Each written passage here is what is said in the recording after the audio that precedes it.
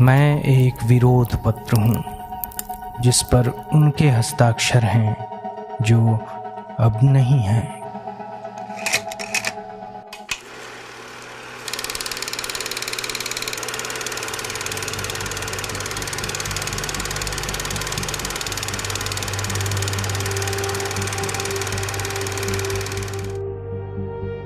जुलाई 2021 को राज्यसभा में भारत सरकार के मंत्री ने देश को बताया कि ऑक्सीजन की कमी से यहां किसी की मौत नहीं हुई। दिल्ली से बोले गए इस खुले झूठ से भी बड़ा एक झूठ बिहार का मुख्यमंत्री कार्यालय बोल रहा था। यहां कोरोना से कोई नहीं मरा।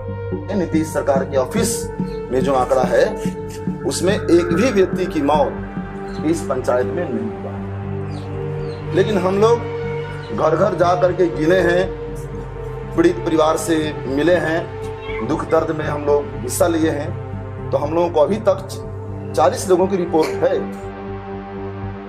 तो आखिर मौत की जो आंधी चली जिसमें लाखों लाख इंसान देखते देखते गायब हो गए, वे कौन थे?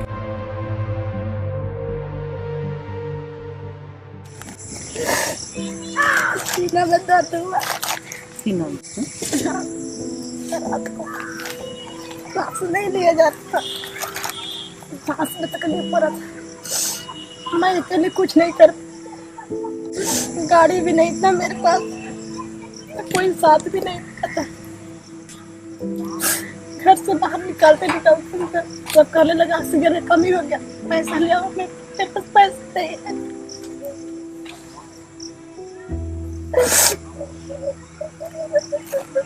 कहाँ बोले थे ऑक्सीजन? कौन बोला? गाँव वाले बोले कि ऑक्सीजन कमी हो गया, इनको ले चलो हॉस्पिटल, इतना पैसा लगे। मैं बोले मेरे पास पैसा नहीं है, कहाँ से आऊँ? रास्ते में गई, दम टूट गया होगा।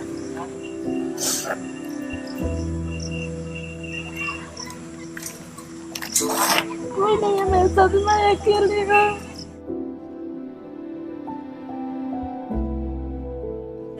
कोई छुए ना, कोई छुए ना कोई पास में जाम, ना कोई छुए।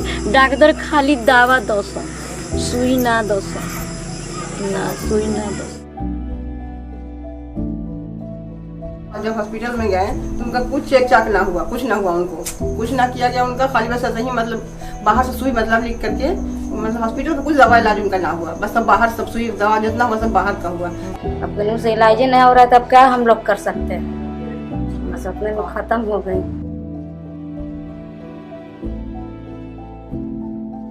सरकारी में व्यवस्था नहीं था तो क्या करें? तो दूरे से भगा रहे हैं लोग कि चाहिए चाहिए।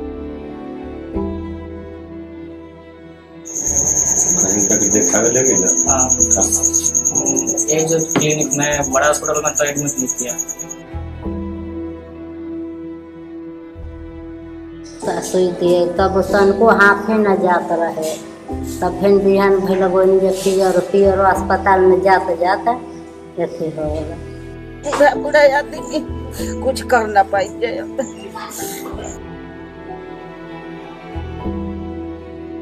बोले तो ऑक्सीजन कहीं व्यवस्था ना, हॉस्पिटल में कहीं जाने बहुत ज्यादा स्थिति खराब हो गया।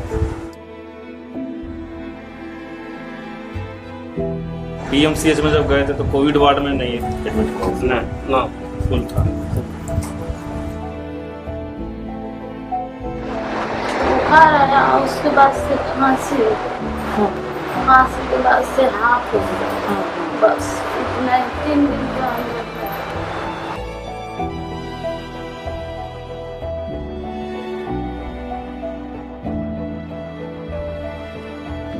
ज्यादा होने लगा ना, कोई डॉक्टर यानी इलाज नहीं करने लगा ना, तो वो हम लोग गाड़ी रिजर्व करके गए लेके आने के विचार में ले जाते तो इंतकाल कर गए। 4 दिन हम लोग परेशान, 5 दिन परेशान रहे बहुत ज्यादा। इस बीच बड़ी खबर बिहार से, जहां पर पटना के अस्पतालों में ऑक्सीजन की कमी की बातें सामने आई हैं। अस्पतालों ने मरीजों को लेना बंद कर दिया है। डॉक्टर है, डॉक्टर थक गया है, कुछ व्यवस्था नहीं हुआ हम लोग का। हाँ, हम लोग घर में अपना मतलब कि फिर सगो सहार गए तो ऑक्सीजन नहीं मिला, और उसके बाद लेकर चल आए घर पर। क्या करेंगे, कितने घूमते रहेंगे, कितना भर रात सुबह 10 बजे से लेकर रात को 3 बजे तकला घूमे तो कहूँ व्यवस्था नहीं हुआ। ऑक्सीजन ही नहीं है, कहूँ ऑक्सीजन नहीं है, तो हम लोग घूम घाम कर फिर लिया है, यहीं पर रखे हैं और 10 बजते डेट करेगा।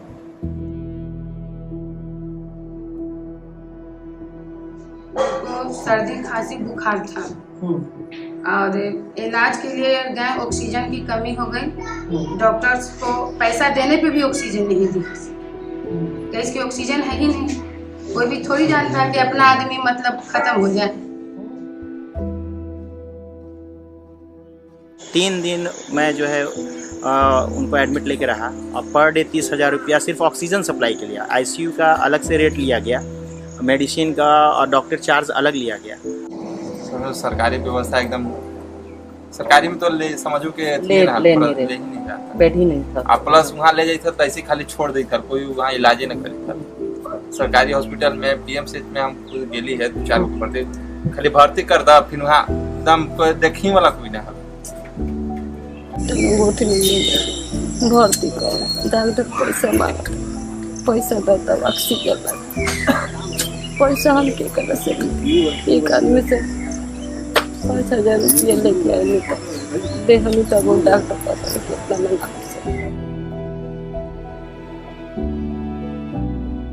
तो पैसा ना भइल ना हम लोग निकाल दे तो रास्ता में आते खत्म हो। वो मैंने कहीं नहीं कोई भर्ती लिया तो ले गए सदर अस्पताल में। वहाँ पर 3 घंटा जदोहद करने के बाद ऑक्सीजन मिला। थोड़ा सा विधायक जी का उनमें भी सहयोग था। ऑक्सीजन मिलने के बाद फ्लोमीटर नहीं मिल रहा है। 3 घंटा के लिए हम 3,000 में फ्लोमीटर किने हैं। फिर इसके बाद वो फ्लोमीटर ले चल गया, फिर 8,000 के किने, फिर 3,000 के फ्लोमीटर किने और भर्ती कर दिए बाबूजी को। वहाँ पर कोई डॉक्टर देखने नहीं आ रहा है। वो एक बार इतना ही कह रहा था कि पटना ले जाइए, पटना ले जाइए। हम पटना चारों ओर पता लगाए, एम्स में लगाए, आईजीएम में, पीएमसीएच में लगाए, कहीं बेड खाली नहीं था। तो हम कहाँ ले जाएं अब, यही स्थिति था, मर गए। तो प्राइवेट से मालूम किए तो 10,000 में एक जगह मालूम पड़ा, ऐसे भी सिलेंडर नहीं मिल रहा था, लेकिन 10,000 में एक जगह बताया कि सिलेंडर मिलेगा। उस समय उतना पैसा था नहीं तो हम सिलेंडर नहीं ले पाए। कोई दिन से और कोई काम नहीं कर हॉस्पिटल ना भर्ती न ले चले पॉजिटिव दिखाने के वहाँ पड़े भर्ती लेने कोई संभावना नहीं वहाँ पड़ेगा, चलिए अपना लेते जाओ पड़े। मतलब पॉजिटिव टेस्ट हुआ उसके बाद चेक वापस वापस कर दिया। हम बोला कि यहाँ कोई व्यवस्था नहीं है, अपना कोई प्राइवेट हॉस्पिटल दिखे जा। वहाँ से लाते समय लाए सदर अस्पताल में तो 10 मिनट रुके, बड़ी लेट कर गए।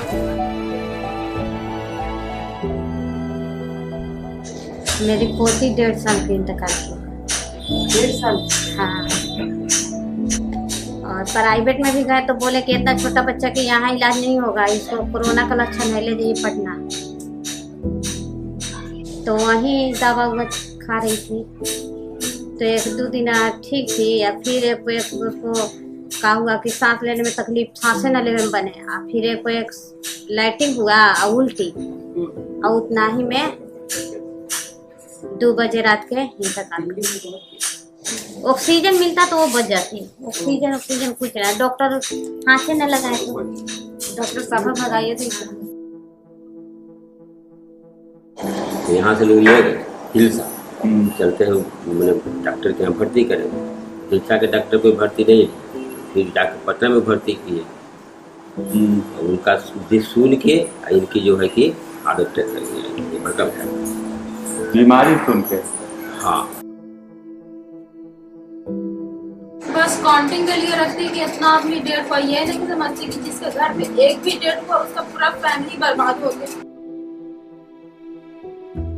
बॉडी लेकर के वापस जो है घर आए, तो जब आए तो हमें पापा ही का लग रहा था।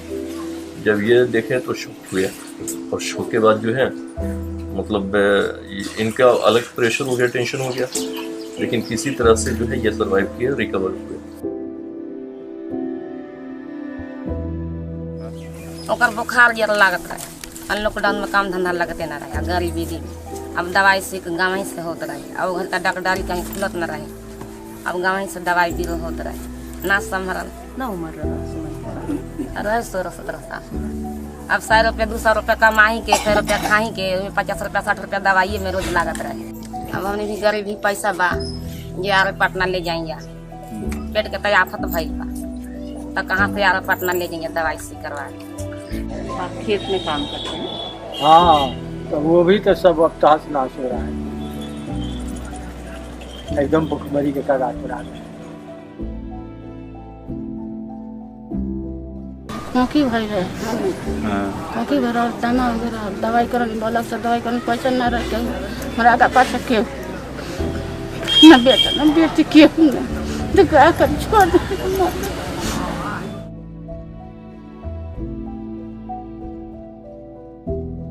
छः 7 दिन में नुकसान है।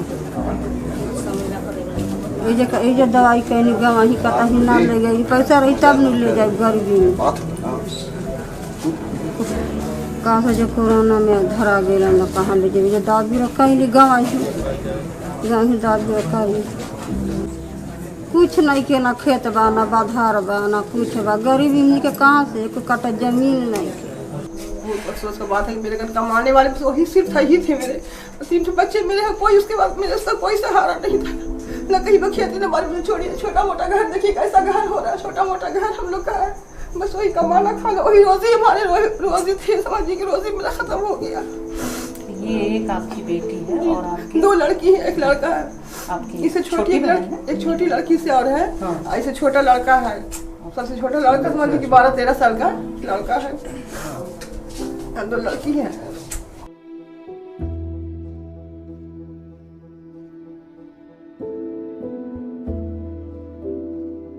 ना पैसा ला रहा है सरकार, बोलिए तो 5 कट्ठा में लगे खेत रहा, तो वह 5 कट्ठा बांधे धो के उनका कजिया कर दिया। कितना लगता है खर्चा? होगा तो 5-6 लाख रुपया खर्चा। 6 लाख रुपया ऐसे नहीं थे, तो इधर से कभी कभी उधर से दौड़ भाग कर रहे थे पैसे के लिए। तो कुछ जमीन के बारे में बात चली, जमीन सेल करके, कुछ जमीनें थी सेल करके किया जाए, तो फिर उस समय नहीं हुआ। तो हम लोग किसी अपने पराए गैर से लोग पैसे इकट्ठा किए, तो कोई 50,000 देता, कोई 20,000 देता, ऐसे इकट्ठा कर करके हम लोग करीब 10-10.5 लाख के करीब खर्चा अमाउंट किया हमने। 7 लाख? हाँ, बिला बनी जा हमी के तनिया तनी कुछ खाए के ठेकान नहीं खे बरा ई हो जान जा।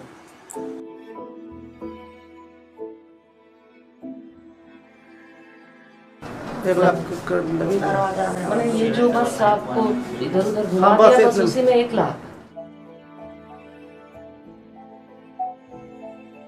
खर्च तो बहुत ज़्यादा करीब खर्च तो 7.5 लाख रुपया हुआ, मतलब बहुत कर्जा हुआ, बहुत मतलब कर्जा हुआ, 7.5 लाख रुपया करीब कर्जा, मतलब कर्जा ही कर्जा है पूरा। किसी तरह से भाई बच जाए, क्योंकि उनका 1 लड़का और 1 लड़की है, छोटा छोटा, बस इसी बेस पर हम लोग थे कि कर्ज हो जाए, कुछ भी हो जाए, बच जाए कम से कम। ये लड़का उनका बड़ा यूसुफ। क्या नाम है बेटा आपका?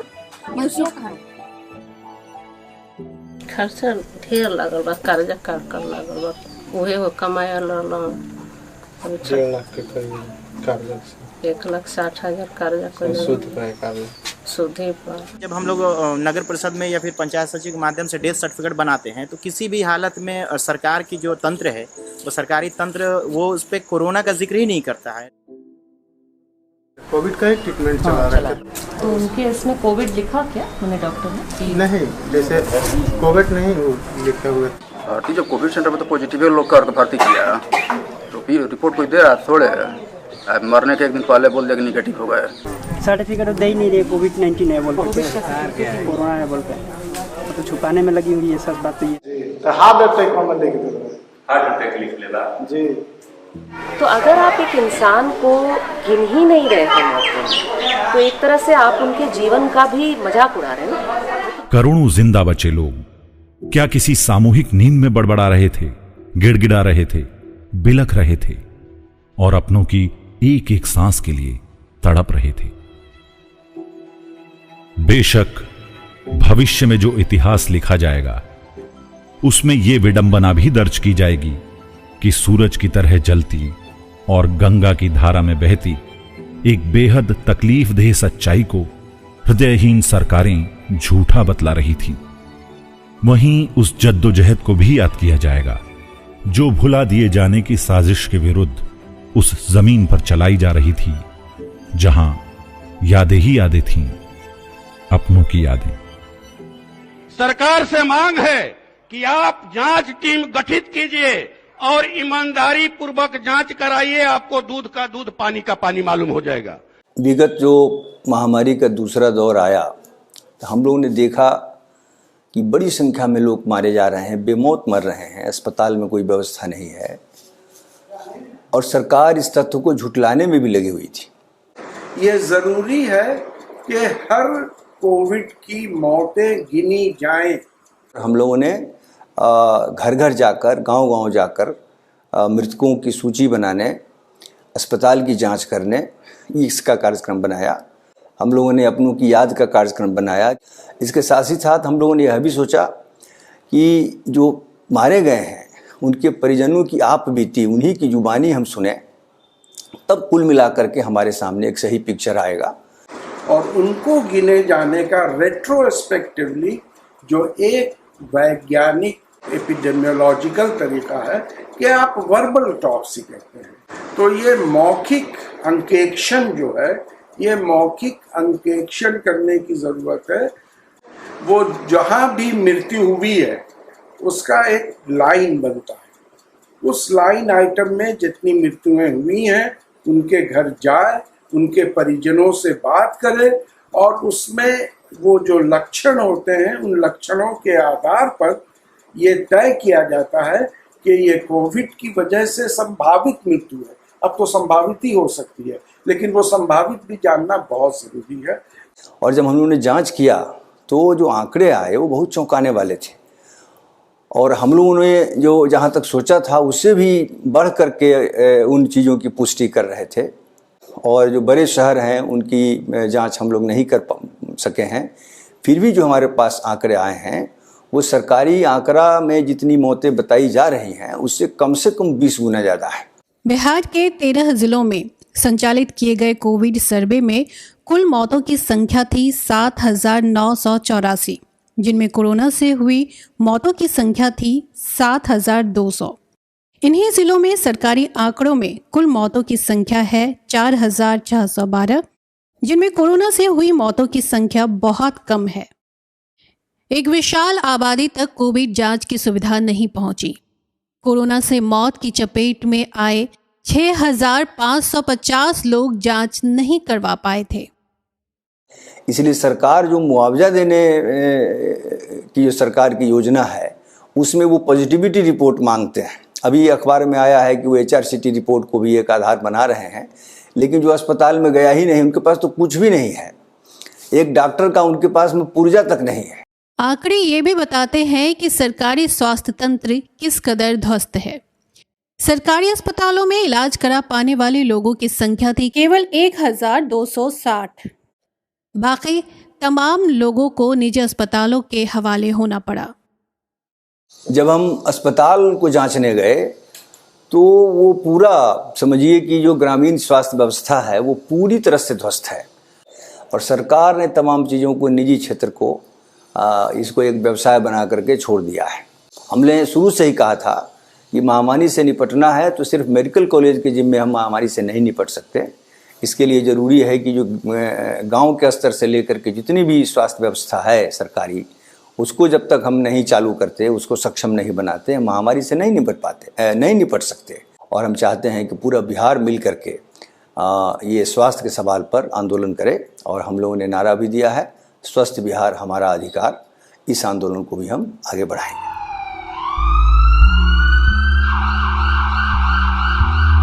घुटती हुई जिंदा सांसों को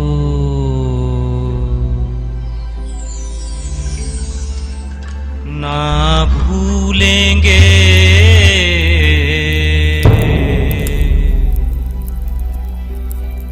ना बिसरेंगे।